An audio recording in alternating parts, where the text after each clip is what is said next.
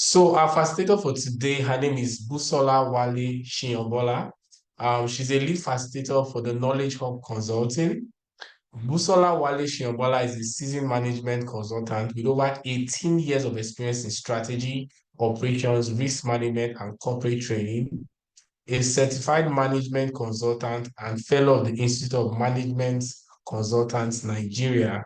She advises MSMEs on business structures, efficiency, and growth. She has delivered financial literacy and business planning sessions to both entrepreneurs and low-income women and regularly trains corporate and non-profit clients. I'm really excited to have this amazing facilitator join us very soon. Um, so we'll just get right to it and hopefully other people join the training session. Over to you, Busola. Hello, everyone. It's great to be here. Please confirm I'm audible. Yes, we can hear I you. get a thumbs up. Awesome, awesome. Fantastic. Okay, so let's get into it. I trust you guys have had an amazing time thus far with this training program put together graciously by Adara. I will be trying to pay attention to the comment section as well, just in case you have any feedback for me. We know that this is Nigeria, so we always have to use multiple internet devices just to be sure that we're able to deliver a good session. So, but if at any point in time you cannot hear me, I would appreciate a nudge in that direction. So just as introduced, I will be taking this next module, Entrepreneurship and Financial Literacy, and I'm hopeful that this will be very beneficial to you. I want to please encourage you to pay attention, and of course, let's make magic, if I can put it that way. Just very quickly, over the next 6 weeks, these are if you can see my screen, these are the things that will be areas of focus. Today, we will focus on introduction to entrepreneurship. Subsequent classes, we'll talk through business ideation, marketing research, and business modeling. Following the money within your business, essentially paying attention to your finances, so financial planning from budgeting, to reporting, to financial management activities, product placement, packaging and pricing, customer onboarding and retention, and of course, understanding the legal and regulatory framework that undergirds doing business in our local climate here in Nigeria. So it's an interesting and exciting period we have ahead. And I want you to please come with your questions and let's, participate essentially. Just let's do this together, everyone. So just to quickly understand the class mix, I know that some people will watch this later. Some people will perhaps join in even much later, but really appreciate everyone who's taking time to be here early. Just a very quick question. Who are you? Are you an entrepreneur or are you an aspiring entrepreneur? Just so we know the people that we have currently. So kindly engage the poll quickly. And let's see the results. Hopefully we can do this in 2-3 minutes.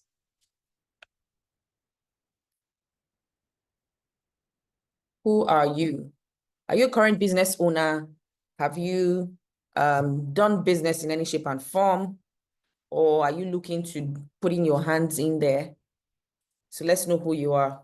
Quickly, everyone.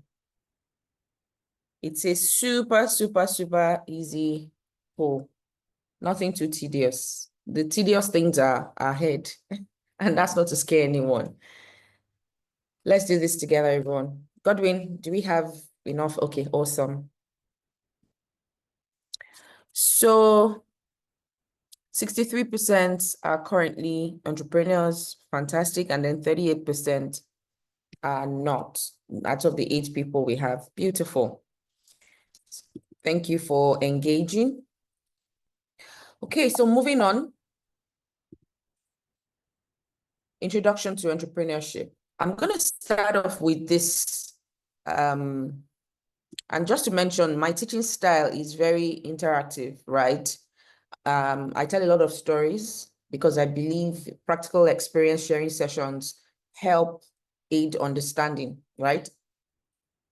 So every morning, this is a poem written by Christopher McDougall. I don't know if you have seen or heard it before. Every morning in Africa, a gazelle wakes up. It knows it must run faster than the lion or it will be killed. Every morning, a lion wakes up. It knows it must outrun the gazelle or starve. It doesn't matter whether you are a gazelle or a lion. When the sun comes up, you had better start running. Essentially speaking to just the way humans are wired, right?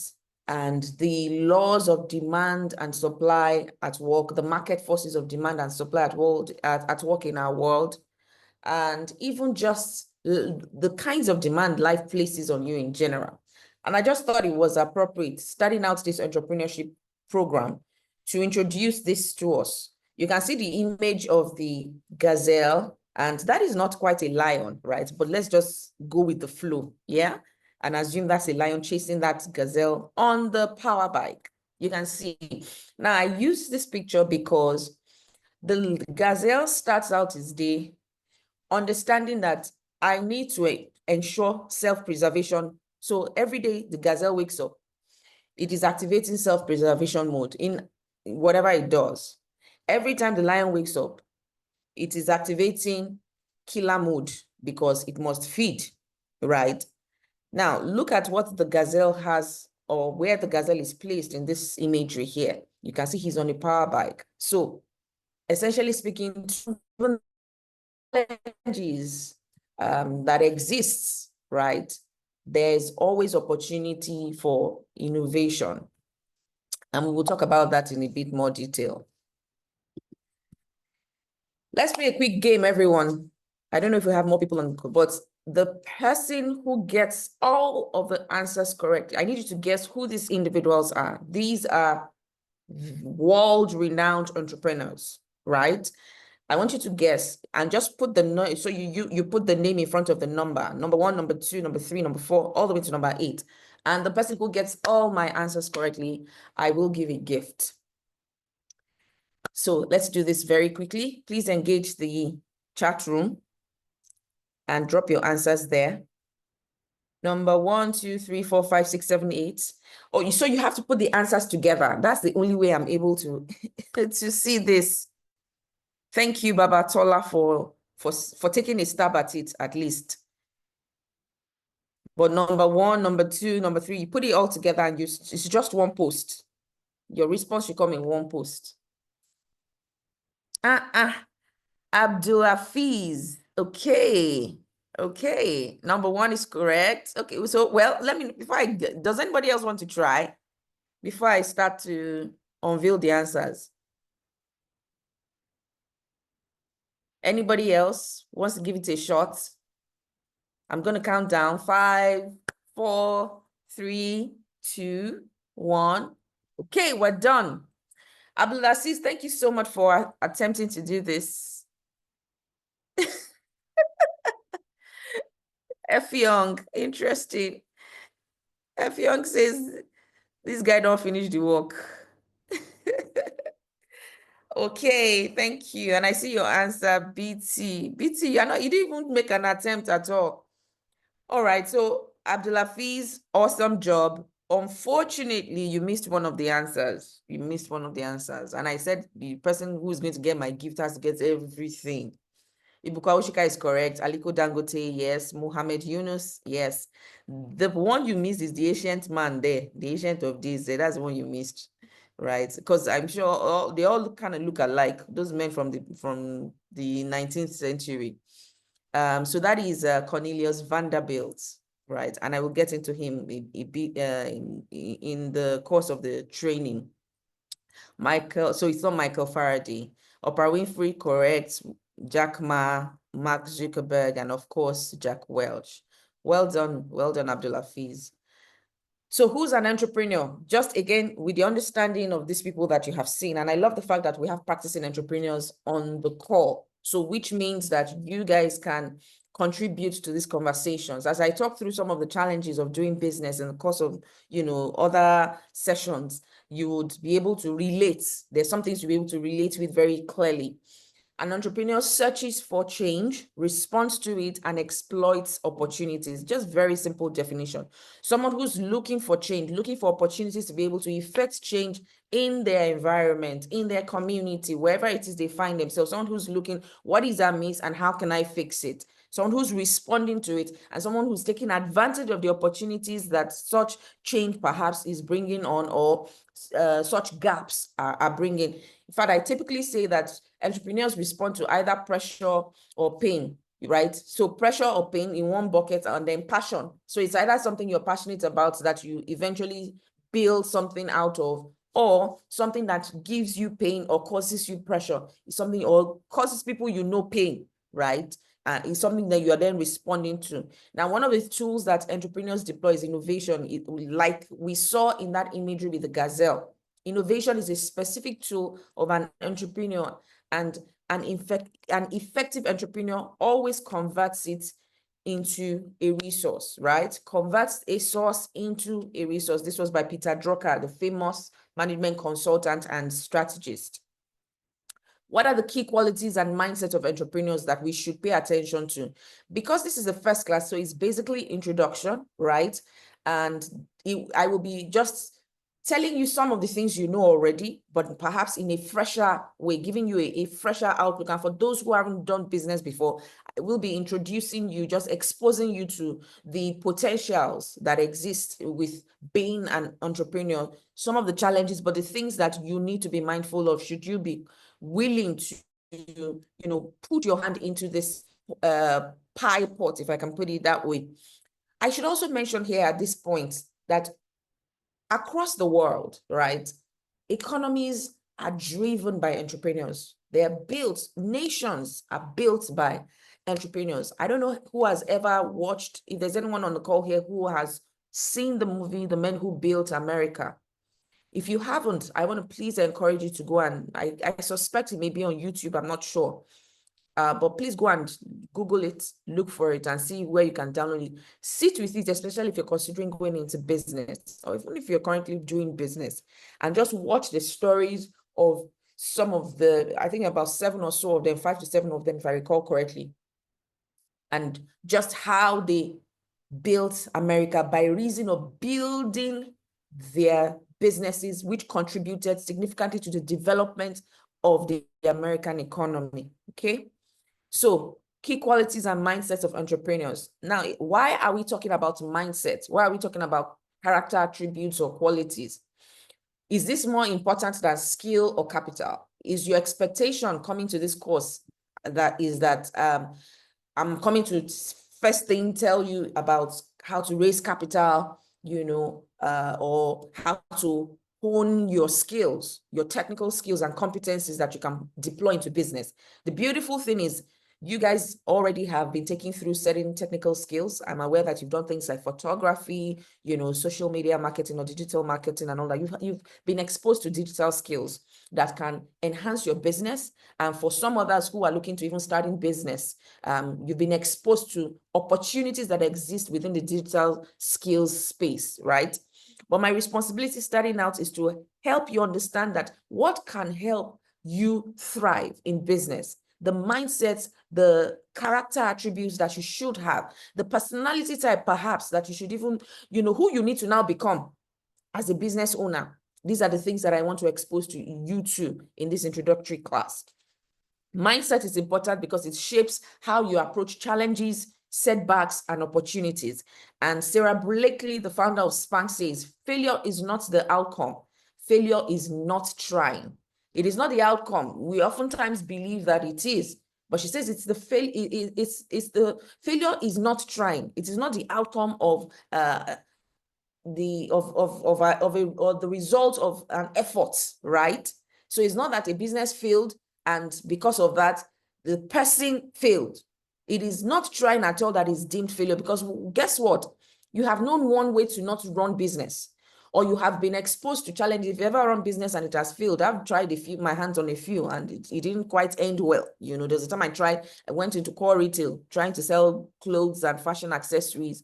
And let's just say that it did not, it didn't end well, right? Because I'm a very nice person. Let's put it that way, right? But until I found my own niche, I love to train, I love to consult, I love to, this is where I thrive. Selling for me was just a headache, right? It was a headache. I mean, everybody was already selling. So it was like, what problem am I even trying to solve here? But I come alive when I'm sitting with businesses, understanding their issues and preferring solutions to them. I come alive that way. Now, persistence is very important. You should not give up unless you are forced to give up. This is a quote by Elon Musk as well, and I'm sure that we all know who Elon Musk is. So what are the core qualities we should pay attention to? One is entrepreneurs have the creative and innovative disposition, right? That's a mindset that you must have as an entrepreneur. That is, you see problems in new ways and you invent solutions, not just seeing problems. Everybody is seeing problems, by the way. I mean, we can all, if I ask you, put in the comment section, what are the top challenges we have as a nation? I'm sure we would all be able to excellently churn it out. So people are seeing problems. That's not what makes you an entrepreneur.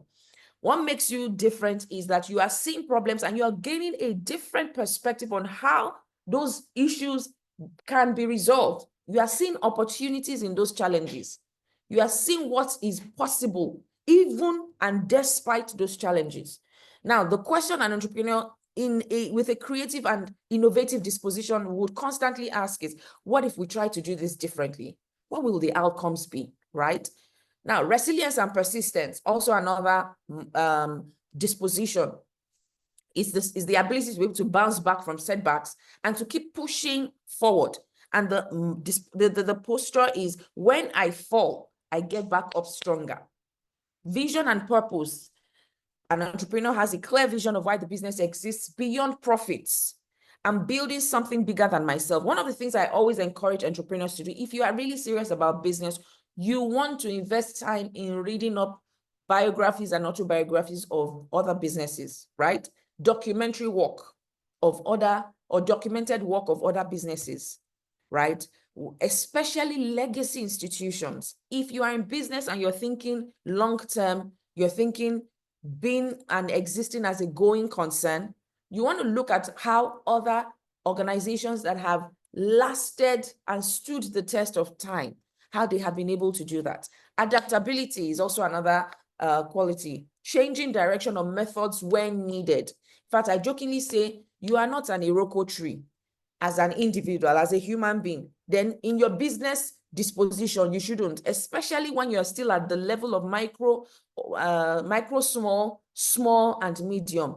Large enterprises are the ones that typically struggle, right, with adapting to change. But smaller businesses, the expectation is that in this VUCA environment, now VUCA means volatile, uncertain, complex, and ambiguous operating environment in our current world. That's the word. It's a volatile world to do business. It's a complex world to do business, right? The expectation is that businesses are nimble and agile. You are able to change direction. You're able to change methods as needed and when needed. The question as a business owner to constantly ask yourself, am I paying attention to trends or to changing circumstances? Entrepreneurs are suppliers. This is another mindset and disposition. Now, understand that every generation has a demand. The question is, will there be a supply?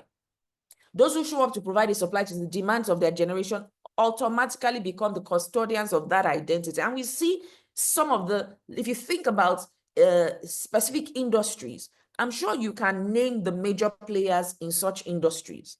Some of those major players perhaps have existed for quite a while. But the reality was, at the time they started out, they saw a gap.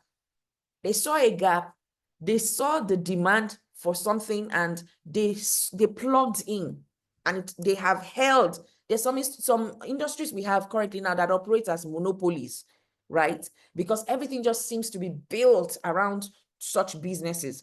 Entrepreneurs must see themselves as suppliers to the demands of their generation. While it is good to make money, guys, and I know that in our generation, especially as young people, The mandate and the mindset and the disposition is, let's go where the money is. Show me the money. That's the language. Show me the money. You know, show my dowo for the Yoruba speakers here. If it's not going to dowo, then don't get me involved in it. And for my non-Yoruba speakers, will it translate into financial returns? That's what I was speaking in Yoruba. So but beyond that, you need to ask yourself, because that is a mindset that demonstrates longevity. That is a mindset that shows you that you are here and your business will continue to remain for the, you know, for the foreseeable future, right? What problems can I solve? What problems am I solving? What problems am I solving? How am I contributing to improving, you know, the current situation in a particular industry? The bigger the problems you solve, the bigger the profits. Understand this also, my people, that money flows in the direction of value. So money would only follow value. Money does not follow passion. Money doesn't follow, oh, because you want it. It does not follow desire. It follows value. Money would always flow in the direction of value. So if your business is adding value, is meeting people's needs, it's meeting the demand, the inherent demand that is visible, is solving problems, then you can be sure that money will flow in the direction of that value. Entrepreneurs as visionaries. We've spoken about entrepreneurs as suppliers. Now, entrepreneurs as visionaries. Again, thinking about the mindset and the disposition that you and I need to embrace as business owners. I have put up some companies here. And what I did was to extract their vision statement. You see, because they say where there is no vision, a people perish. If you don't have a vision, then you're unable to follow through. You're unable to build, right? If you don't even know where you're going. Your vision is aspirational. It shows you what is possible and what you desire, where you want to get to. So see these organizations here, and let's look at some of their vision statements. Toyota says, Toyota will lead the way to the future of mobility, enriching lives around the world with the safest and most responsible ways of moving people. Google says to provide access to the world's information in one click. Walmart, now, for those who don't know what that icon is, that is Walmart. That is a popular retail store, a retail chain store in the US. It says to be the destination for customers to save money, no matter how they choose to purchase. So they are very big. Their mandate really is to make you, is to ensure that purchases are cheap and cheerful. Cheap and cheerful, that's their mandate, right? Now, Meta, which used to be formerly Facebook, is to bring the metaverse to life and help people connect, find communities, and grow businesses. Quick story. I remember when Facebook came out over 10 or so years back now. One of my bosses walked into the office and said, "Are you now on Facebook?" I was like, which one is Facebook again? Prior to Facebook, all we had as forms of social media engagement was Yahoo Messenger, MSN. How many of you remember those? Yeah. If you are Gen Z, you may not know those ones. You may know Gen Z to Gen Alpha, more Gen Z, you won't know those. But yeah, that was all we had then. And then Space says, "Oh, what is Facebook?" And of course, Facebook came and it became a whole thing. Everybody got on Facebook. Why? Because now you were not just chatting. There were also pictures to see. You know, you could read people's profiles. It just became a nicer way of living and engaging. And the question to ask yourself was, how were we surviving before all of these social media platforms even came to be? But everybody's information and profile is on social media now, at least most people. Once you're using a what you call it now, a smartphone, there's a high likelihood that you have your content and your data just out there for people to access. So think about what the levels of access to data that Facebook or Meta now, because Meta has also acquired Instagram, that Meta has access to. It's mind-blowing, like mind-blowing. Now, the last one is Starbucks, to inspire and nurture the human spirit, one person, one cup, and one neighborhood at a time. Other qualities and mindsets, one is the growth mindset. This mindset believes skills and intelligence can be developed through effort and learning, sees failure as a learning opportunity and not a dead end. Remember the quote I've shared at the start by Sarah Blakely? Embraces challenges as a path to improvement. That mindset says, I haven't succeeded yet, but I am learning every step of the way. So my question to you as an entrepreneur or an aspiring entrepreneur is, how are you growing? Especially if you've started a business, how are you growing? What lessons have you learned? And I would like for someone to, just indulge me and put that in the comments, in the chat room there. What has been your biggest business lesson just yet? The 68% of us that are currently doing business. What has been your biggest business lesson? Please put it in the chat room. I would love to see it and to read it. Okay, while that is happening, the other mindset is being opportunity focused, recognizing gaps in the market as possibilities instead of problems, taking action on insights and changes in the environment, in the operating environment, staying alert to unmet needs and potential demand. That mindset says, where others see obstacles, I see openings. I see openings. Okay. I'm trying to access my chat room. Please bear with me. Yeah. Nobody has engaged. Wow. Oh yeah, people of God. Thank you so much, SS. Thank you so much for bailing me out. Says being disciplined in not taking the business money for personal needs. I love that. Oh, when we get into the financial management side of this, you will understand very clearly why this is important. Abdulavi says your location / your space is your net worth. That is an interesting lesson that you have learned. That's an interesting lesson you've learned. Okay. So let's move on. Thank you so much for both of you for responding. Accountability and ownership. This mindset is one that takes full responsibility for results, good or bad. Doesn't make excuses, but seeks solution. Invest emotionally, mentally, and often financially in the venture. This one is essentially what a lot of lenders want to see. They want to see that you have a skin in the game. Part of my corporate experience spans a significant chunk in I sit with businesses who have come to the bank for money. What I'm trying to understand is how much of your blood is inside this business. It's not enough to tell me that you are passionate about it. It is not enough to, and the difference between commercial lenders and angel investors. Angel investors can invest in an idea. Commercial lenders want to see what traction have you gained in the course of running this business, right? How have you kept your books? What is your current financial state? Can I blow your minds, guys? Sometimes people have come to the bank to seek loans and they have gone to use it to marry. So they check all the boxes, good financial records, this one, everything it is that the bank would ask for security and all that. And then they take the money and they go and do chieftaincy title in their village, or they go and marry. And then all of a sudden you don't see them. They change their banks and they start funding, they start banking with some other institution. Okay, F. Young says, being strict to time management. I respect, love it. Thank you so much for sharing that. Customer-centered thinking. That's another mindset that you must have if you're doing business, constantly considering how to serve your customers better. This one is so important, right? They say customer is king.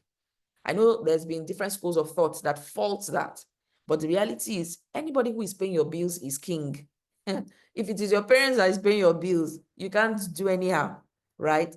Now, if customers are what you need to thrive as a business, except you are not in the business of serving customers, then you must be sure that you are listening to them, you are getting feedback, and you're seeing how best to serve them. We know that there are some irrational customers, but that is not the focus. However, remember I spoke about money flowing in the direction of value. Any business that is able to prioritize people, right? Such businesses go far. Such businesses go far. And of course, the bottom line also shows it. So seeking feedback and adapting accordingly, measuring success by the value delivered and not just revenue earned. which is why a number of organizations have things like Net Promoter Score, right? Because they want to know, and they conduct regular feedbacks and surveys because they want to know how their customers see them, how well they are being, they're enjoying their services. So the question here is, how can I solve real problems for real people? Okay, so Pips says customers will only buy if they feel that they are getting more value compared to what they are paying. Absolutely. I mean, first of all, put yourself in the shoes of you are the customer. Would you go and pay more for something that you do not value? Nobody does that. You would only pay value. Interestingly, value is a perception-driven, arrangement.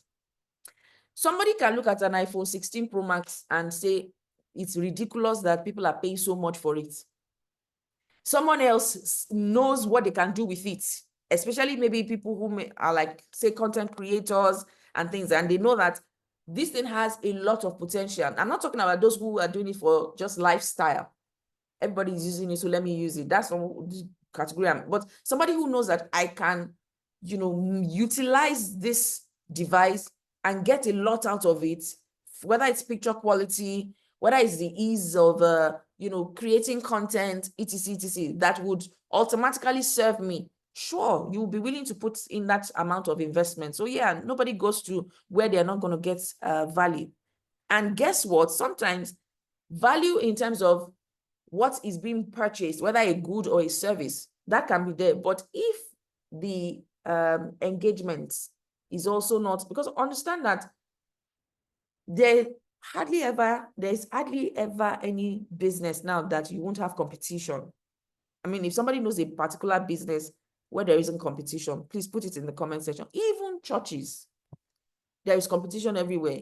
You see on one street, there's Redeemed Church, there's Deeper Life, do you understand? How much more businesses? Anything that has to do with goods or services, you can be rest assured that there's some competition existing. So customers are no longer just looking for who is cheaper or who has more quality products. They're also looking for quality service too. It is that if I'm buying plantain chips from you, that you are going above and beyond to ensure that you are outdoing your other competitor, where you guys may have a price, right? Value, customer service, how they're being treated, how they feel, how the engagement with your business, how it made them feel afterwards. Those are some of the things to consider in terms of the kinds of mindset to have as you do business. Risk-taking is also another one. Willingness to take calculated risk, not reckless, but being brave. Okay, understanding that your progress comes from stepping outside your comfort zone. This one is so critical. Remember, I spoke about personality type. And oftentimes, timid people don't make very great business owners, right? Because they are afraid to put themselves out there and all. So my simple advice always is this: you might not have that personality type where you're very bullish, right? However, you have the vision. You are innovative, you're creative, you're just a bit shy putting yourself out there. As you learn and grow, remember, growth is also important. As you learn and grow about putting yourself out there, one of the things you can also do is support yourself with the area you're currently weak, especially if you have the capacity to. So maybe come into partnership arrangements with somebody else who is more vocal, who knows how to sell, right? Who can sell the business, who can make the pitches, make the presentations, especially if you're looking for funding and things like that, pending when you grow into that. But understand that your vision should propel you and determine who you now become if business is the pathway for you. People who take risks also balance fear with faith in the vision. I'd rather try and fail than live with regret. That is the disposition for such people. Okay. So entrepreneurs are not just risk takers. They are intelligent risk takers. Now, this is entrepreneurs as risk takers. We've spoken about entrepreneurs as suppliers, entrepreneurs as, what was the other one now? If you're paying attention, can you remind me, please?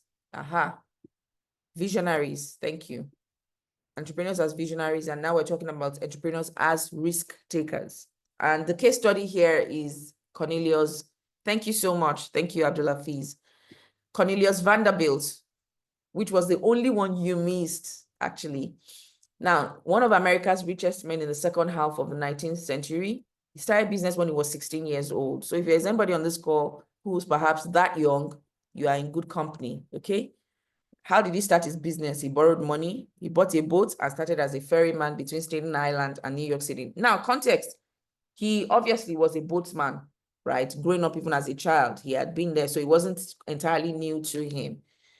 He went on to make his fortune in the steamship business, and then eventually, when he turned 70 years old, he made money, but when he turned 70 years old, he pivoted, right? Sold his ships and went into railroad financing business. So if you're on this call and you are old, you are in good company as well, because Cornelius shows you how you can start, and even how that you don't have to stick with one business as you go on and you see the need for it. Somebody's laughing. Yes, I mean, there's room for everybody. As long as there's life, there's nothing that stops you to say you're too old. This guy started another business at 70, right? And by the time he died, he was said to be America's richest man then. Yeah. So that is Cornelius Vanderbilt. You want to know more about him? He's very prominent for the railroad business. So you can Google him up or just go and watch The Men Who Built America. So moving on quickly, entrepreneurship pathways and opportunities. Okay, I hope that you are taking, you're learning stuff, especially about the mindset, the qualities, the character attributes, the kind of reflective questions to always ask yourself as you go along in business, or for those who are considering starting. What you're doing with this particular session is analyzing and self-reflecting. Okay, do I have this? What don't I have? How can I, improve to be this person so that I can do this? Okay, so quickly, I'm going to talk through different types of entrepreneurs that exist. One is the capitalist entrepreneur. An example is the Cornelius Vanderbilt that we just spoke about. Now, you understand that America is a capitalist economy. So yeah, this is someone who is in business for the sole purpose of making profits. This type of entrepreneur is seldom, hardly interested in social impact or value. The reason why they have started business is to make money, regardless of whatever problems they're solving. Now, they try and achieve the most optimum mix of resources and maximum profit, right? So they ensure at the end of the day, their bottom line is robust. That's what they look forward to. Capitalist entrepreneurs are interested in individual ownership of resources. And more often than not, they are the best equipped to thrive in difficult operating environment. Why? Because they are very bullish. The capitalist is not thinking, you come and meet them and say, oh, I'm sorry, I don't have, let me owe you. No, if they're going to ever sell to you on lease, you can be rest assured that there is a margin to make up for that time that their money will be tied in your hands. That's just a very simple example, but you get the point, right? So they don't do charity, essentially. They are sometimes termed shrewd or ruthless due to their ability to make unemotional decisions about the optimal distribution of their resources. And honestly, every business owner needs a bit. If you're not fully a capitalist entrepreneur, you still need a bit of that in you, right? Especially when you operate in environments where you can be taken advantage of. So some capitalist entrepreneurs may give back under a corporate social responsibility platform, but their business is geared towards profit only. Okay. I'm just seeing Nkoyo's response here. Uche says researching until your product stands out. I love it. Yes, absolutely. I missed that earlier. Apologies. Okay, another case study to look at, Aliko Dangote. I'm sure we're all familiar with him, right? He's the one that is reigning now. Nigerian billionaire. We know that he owns Dangote Group. And of course, his net worth estimated net worth by Forbes as at March this year is 23.8 billion. He is currently the richest man in the world. Yeah. But look at how it started, a small trading firm in 1977. So again, this is just to help you understand that your dreams are valid as a business owner or an aspiring business owner. Your dreams are valid. You just must be ready to put in the work. Aliko is a ruthless capitalist through and through. Yeah? In fact, he's the definition of optimizing resources, because if you look at from sugar to spaghetti to everything, you know, the one that one is a waste product from another, right? It becomes the input into another process. To cement, it has literally the entire, you know, when you think about Maslow's hierarchy of needs, right? You think about food, clothing, shelter, you know, at least he has the food and the shelter part. So I will not be surprised if this man wakes up and starts a clothing line or something, or starts to mass produce fabrics or something. Do you understand what I'm saying? And now, of course, in recent times, he started a petroleum refinery, and that is really what has shot up his net worth. So there you have it. That's somebody else to study if you want to understand doing business in Nigeria, especially in the difficult operating terrains. I'm sure that a number of us are familiar with a lot of the headaches he had to go through, you know, from licensing to even operations before the refinery went live.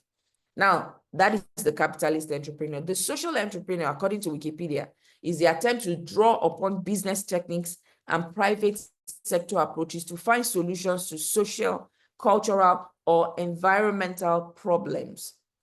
The social entrepreneur is one whose priority is not profit. So you typically hear things like not-for-profit or non-profit organizations. These are social enterprises. At times, profit can be a consideration for social enterprises, but not as an end in itself, but rather as a means to further the social or cultural goals of the organization, right? So some organizations exist as social enterprises that can make profits, but the profit is not for shareholders. That is, it is not being shared. A well-known contemporary social entrepreneur is Muhammad Yunus, who founded the Grameen Bank in 1976. He's known as the father of microcredit and established the microfinance movement, which aims to help millions of people in rural communities access small loans. Okay, that was where we got the whole microfinancing, microcredit business model from. And he's such a great guy. If you want to study about him, I would recommend read his book, Banker to the Poor. It was one of the first set of books I read, I think in the early 2000s or so, that sort of shaped my mindset about micro lending. Yeah. So that is his profile. And moving on from that. So just general entrepreneurship advice, right? Some tips, usually for those who are looking to start in business. And for some, maybe you're even doing business currently, but you're looking to building another. Do what you enjoy. You see, it is hard, first of all, to operate or to do business in Nigeria. Then it's even harder when you're doing what you don't enjoy. So the encouragement is do what you enjoy. Manage your resources wisely. Be deliberate about planning for your business. And we'll talk about how you can plan both business planning, business modeling, and even financial planning in the coming weeks. It's important to stay focused, keep your eye on the ball. And the ball, in this case, is your customer. Build the best team that you can find. And of course, project the right business image. Build your profile as an expert. Invest in yourself and in your business.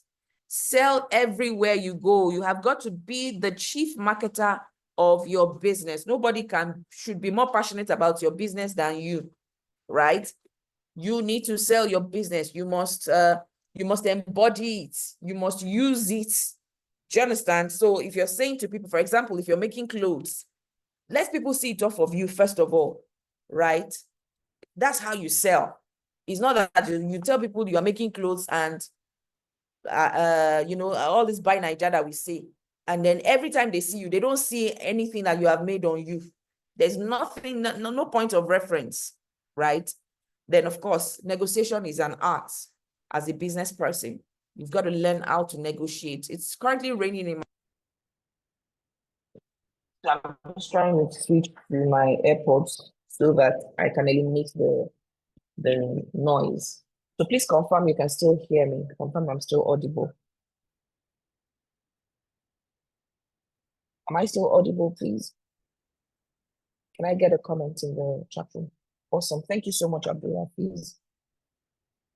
Okay, so moving on. Thank you, Clemens. Thank you, Peeps, Profit Peeps. All right.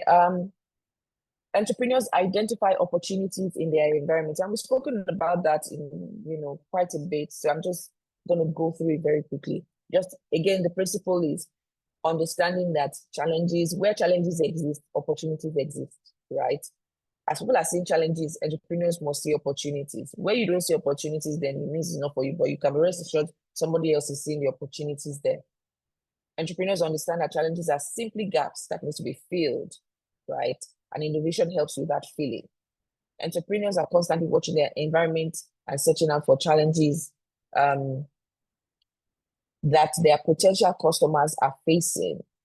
Entrepreneurs do not dwell on challenges. They keep their focus on the solution, right? And how their customers are responding to these challenges.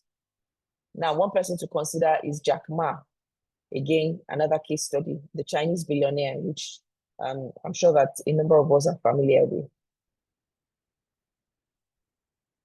So he started the Alibaba Group, a family of successful internet-based businesses. In fact, we can say that it was at the time that Alibaba started that the whole e-commerce business framework and publicity became a whole thing, right? It was about that time it became a whole thing. So he took advantage of the fact that many traders want to buy goods from China without going to China. And so that was how Alibaba started. And we have a few others that have then come, afterwards. So a big responsibility that entrepreneurs have is locating opportunities. Remember I said that where there are challenges, entrepreneurs or business people see opportunities. Every business operates within a value chain. And a value chain is simply defined as the flow of value within an industry or business ecosystem, okay? That value chain flows in the best way that it can, given the level of resources, so people and technology that is available to it per time. Now, innovation and profit can come from the following approaches. That's functioning within an ecosystem, recognizing potential opportunities that exist within a value chain. One is improving the flow of value by reducing wastage.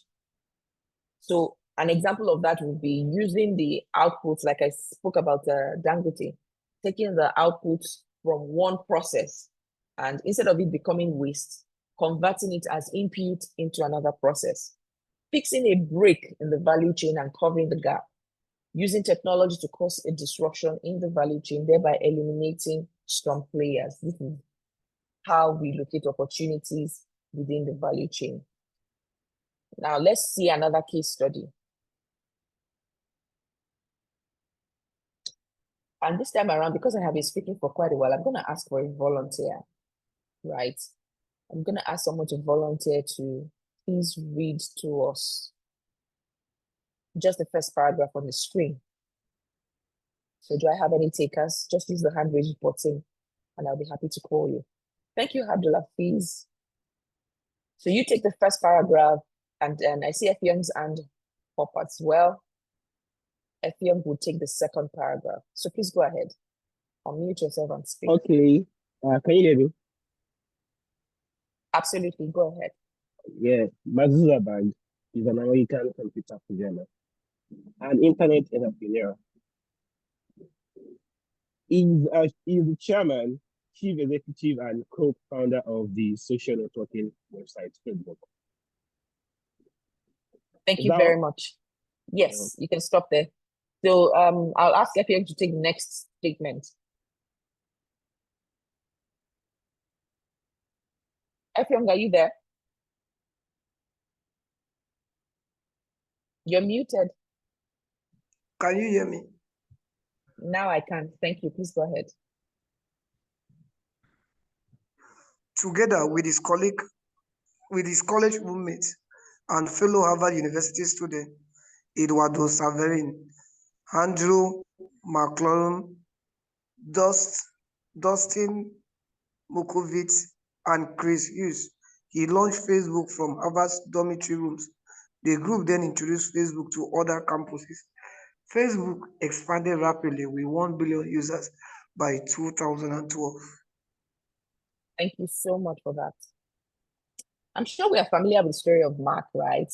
I think the biggest part of the story that everybody everybody talks about, especially young people. I had some teenagers around me then who would say, "Oh, he dropped out of school. He didn't finish university, so there's no need for me." In fact, successful business owners don't necessarily finish school, yada yada yada.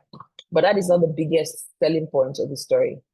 Some of the attributes we have spoken about. If you've watched there was a movie that was done about it. I don't remember the something now. Is it the book or something? I can't remember the name of the book of the movie.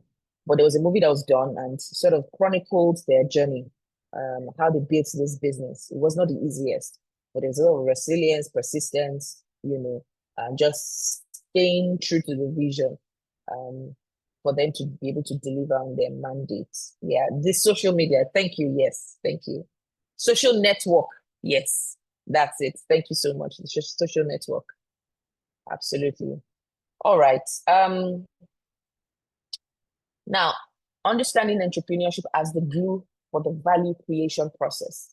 And this is important because when you think about value, like I said, money flows in the direction of value. For a business to thrive, it needs to be financially, stable, right? There is no business health without financial health or financial stability. Now, it's okay to start a business and in the first couple of years, the business isn't making money. That's totally understandable.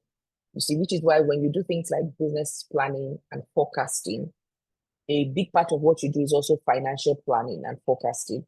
You're able to look at, okay, when will my business be able to start to make money? Right now, as I start, I'm putting in money, I'm just leveraging maybe free resources here and there. But at some point, for me to scale, I need X number of customers to be able to generate X number of revenue. And by the time I back up my expenses, and maybe my tax eventually, I'm arriving at a net position. That net position, is it in red or, is it something that I'm seeing money at the end of the day, right? For you to get there to the place where you start to see money in the business, you must be big on value. You must see how you're creating value. You must see how, if you're existing within a value chain, what opportunities am I leveraging there? And is this the best that I can do with it? So if you look at the FMCG companies, right?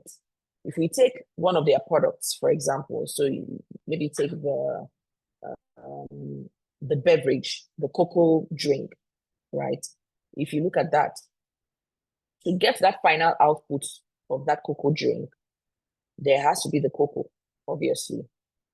There's the sugar, Now, some of these things the companies don't produce, they buy, right? I know somebody who owns a very massive sugar plantation somewhere in the Southwest that supplies Coca-Cola every day.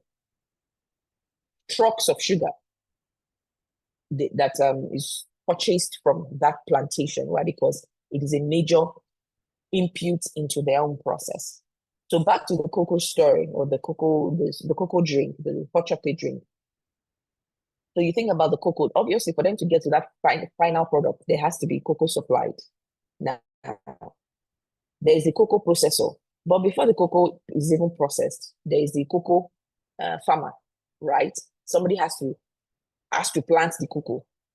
The cocoa, do you understand what I'm saying? The cocoa pods and all that, the cocoa beans. Somebody else has to take responsibility for processing and things like that before it finally gets to maybe your Milo or your Cadbury hot chocolate drink and things like that. So if you sit and you think, the industry you're operating, what is the value chain and where can I play? You will see opportunities.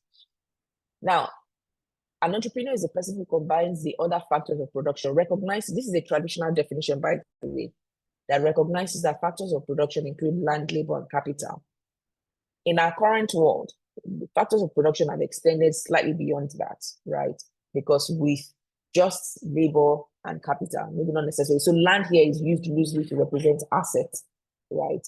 Sometimes for somebody who's in the digital space, your land is not necessarily a piece of land. You don't need to build an office before you function. You can function from your bedroom, but you might need a device. You might need, if you want to do graphics design or web development, you need a laptop. So that's an asset, right? So factors of production speaks to the different assets that come together to ensure that value is derived or value is produced. Now, the entrepreneur sits as a major factor of that production, bringing together the other factors in the production process, right?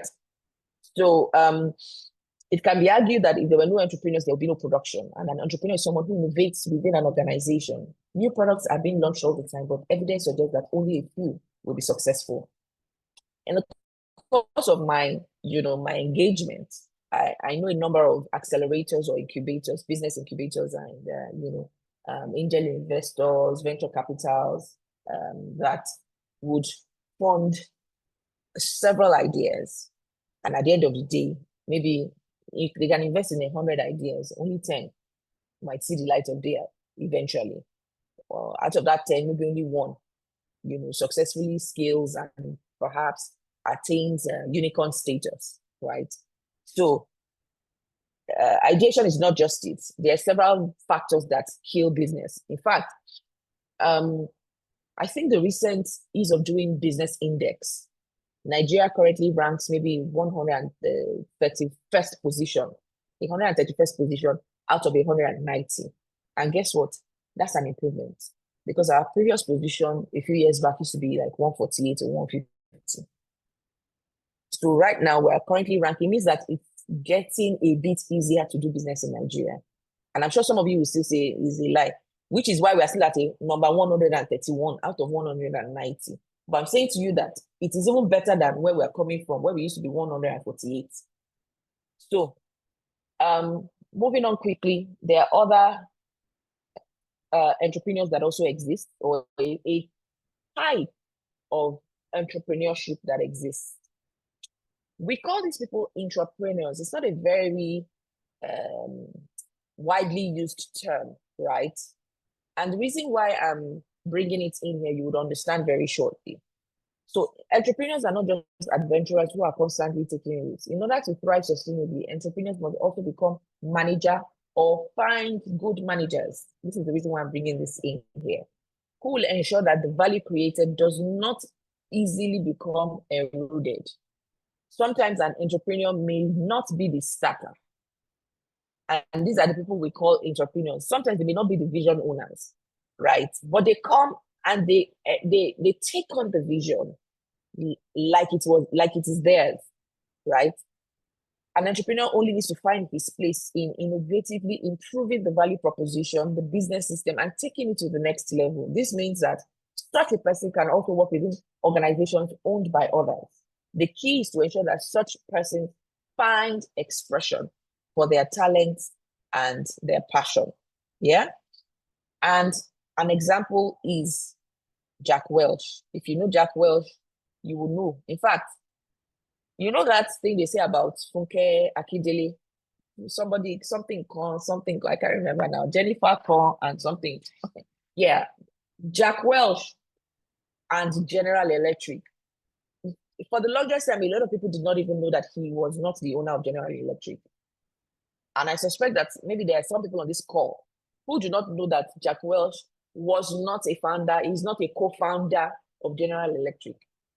But he embodied that vision. It became his own, literally.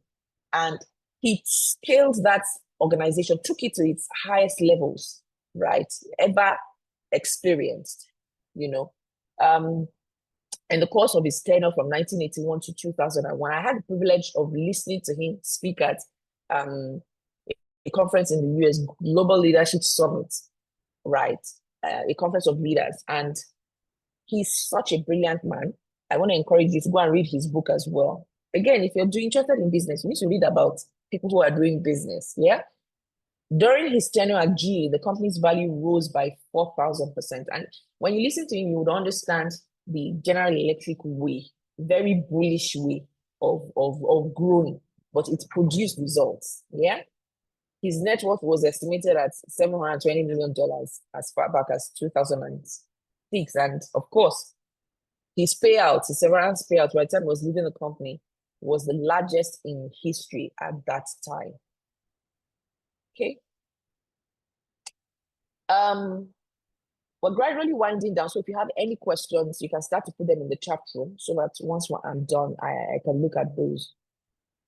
I want to speak about the principle of exchange as we think about doing business. Yeah. Nature exhibits a dynamic drive towards equilibrium. Anybody who's starting business, we need to think about this. We've spoken about the need to think about value, right? What value am I creating? What problems am I solving? What mindset do I have to be able to ensure that I'm in here for the long haul? What mindset do I need to embrace?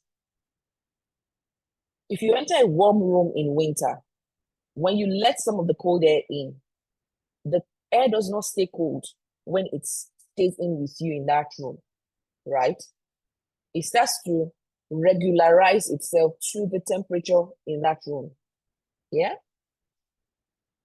Now, as human beings, we also seek a dynamic equilibrium in our work and life through the exchange of value. Equilibrium occurs when all acting influences by others, resulting in a stable, balanced, or unchanging system. When you say you've attained equilibrium status is dynamic balance. I'm getting a notice that my internet connection is a bit unstable. Can I please get a confirmation that I'm still audible? Am I still audible, please? Okay, awesome. Thank you so much. Thank you. Just in the comments now. So successful businesses are based on the right application of the principle of exchange, right? And the flip side to this is where the experience on these two sides is not one that achieves or attains, that dynamism where value exchange is concerned. That is, one side is demanding more than supply, is more than the available supply, or one side has supply in excess more than is needed, right? That is an unsustainable situation. It's an unsustainable place to be for a business. So, for example, if you are the business owner, and let me give this example. I had a friend in uni, and you know how it is in uni, we're trying to do different types of businesses, people are selling things and doing stuff. She's just very entrepreneurial. She's always trying to sell something and always taking advantage of opportunities. So there was a time there's going to be a very massive conference, I think in Redeem Camp. So someone was coming from out of town to come and minister. There was a lot of, clamor and noise. Everybody was just excited about it. This was, I think, in the early 2000s or so. And this person decided to go and sell food, right?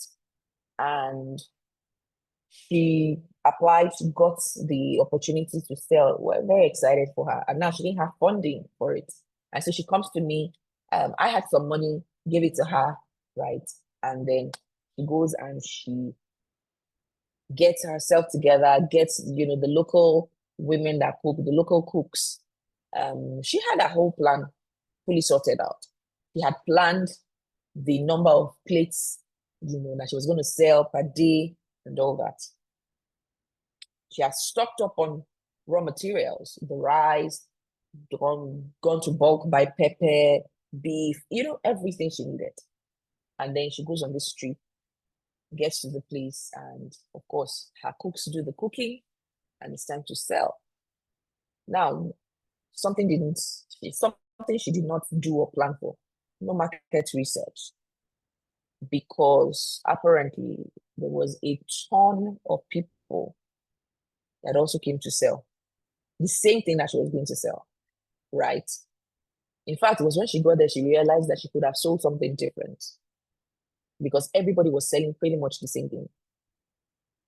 And people, when they saw that there was very steep competition, people started devising different means, and she didn't have sufficient servers, so she couldn't even say, okay, I'm taking the food to people. was that she had to wait for people to come to her. Now, competition had, seen the situation, and they had mobilized young boys and girls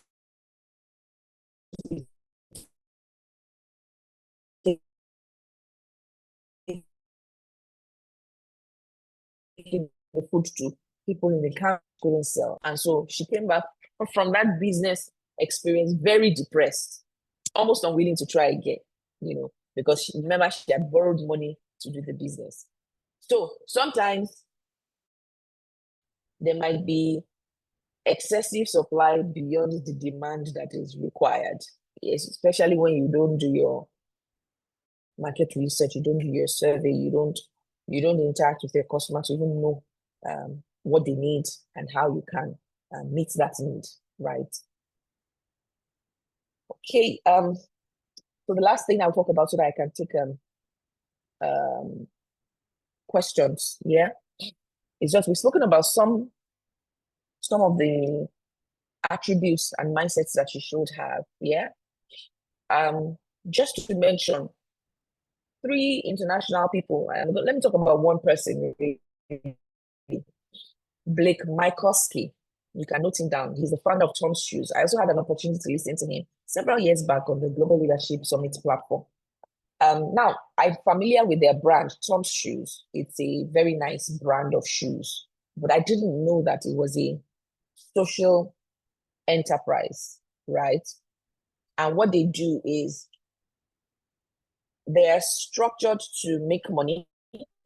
However, they have a very big impact side to them, right? A social impact side where they consider 1-for-1 model. That is, for every 1 pair of Tom shoes that you buy, they match it so that they can give it to the underserved communities, right? So whichever way you are thinking of starting out business, whether as a profit-making entity or as a non-profit or as a social business venture, right? What is important is what problems are you solving? What value are you creating? Because money flows in the direction of value. What mindset do you need to embrace so that you can successfully build what you have? And if you've already started, you also want to, in a couple of years, start to think about scaling, depending on where your business has gone.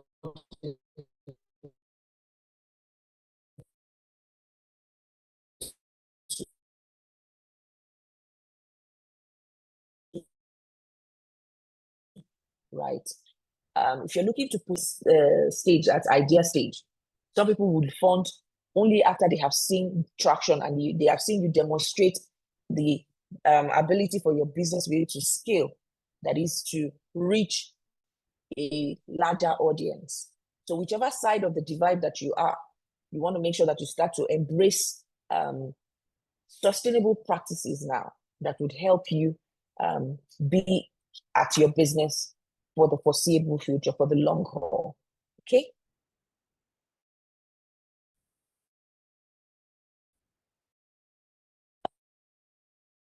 Now's a good time to take questions for our next class. There's no right and wrong question. It's more a reflective exercise for you based off of everything we have discussed today. Yeah. What type of entrepreneurial mindset do you have? It will be useful to see. Do you even have it? Right. And what areas do you need to improve on? So time for questions, everyone. Feel free, if you're running business, feel free to ask me your business specific question. That's a good time for it. Please unmute if you would like to speak. Any questions, anyone?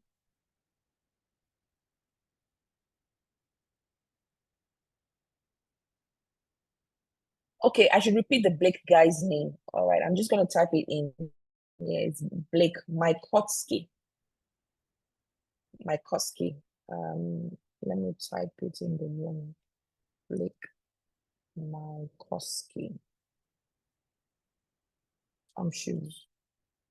Tom's. Any questions, everyone? Okay, maybe I should ask you questions then. Since nobody has a question for me. Let me see how many people do we have in the room now? 14, okay. So of all the mindsets that we've discussed today, which one would somebody be willing to share with us? Which one do you think you need to go and work on? Based off of everything we heard today, and reflecting as either an existing entrepreneur or as an aspiring entrepreneur, which one do you think resonated strongly with you? You all don't air me. Don't go ghost mode on me, please.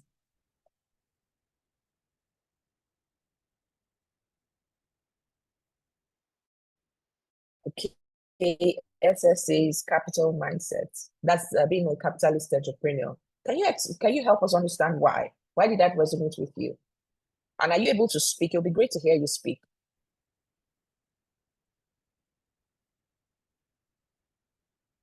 Okay, Abdulafiz also says he sees himself as a capitalist entrepreneur. Please go ahead.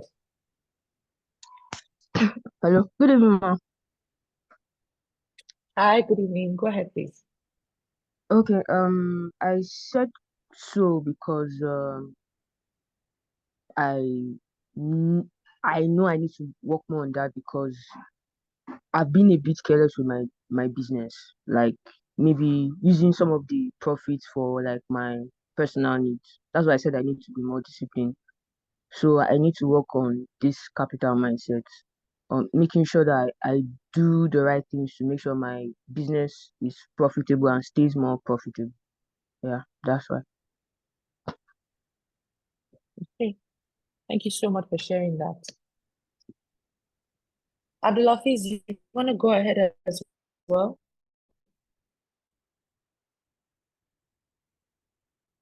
Why do you describe yourself as a capitalist? Are you able to speak? Okay, Joy Sampson says, I need to work on my timidity and have a sound capital mindset. Okay. Do we have any social entrepreneurs? Because it looks like all of us now want to be capitalists. Do we have anyone who's currently maybe in the social impact space? You currently run a non-profit organization or business, or you are interested in starting out one? Anybody? Okay, so I'll assume that all of us on this call, we all want to make money. So Joy something, can you help us know if you are an aspiring entrepreneur or you are currently a business owner? Yeah, are you there, Joy? Please go Yes, I ahead. am. Can you hear me? Yes, Can I you can hear hear me? you now. Yes, absolutely. Okay.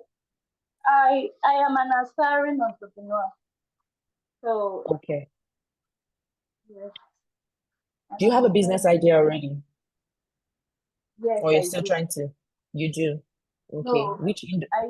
Like I said, I want to venture into digital marketing and product marketing strategies.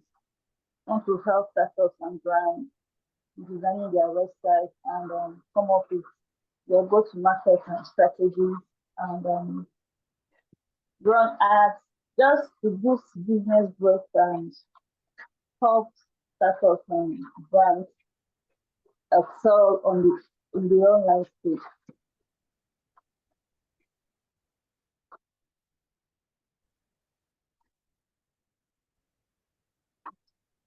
Hello?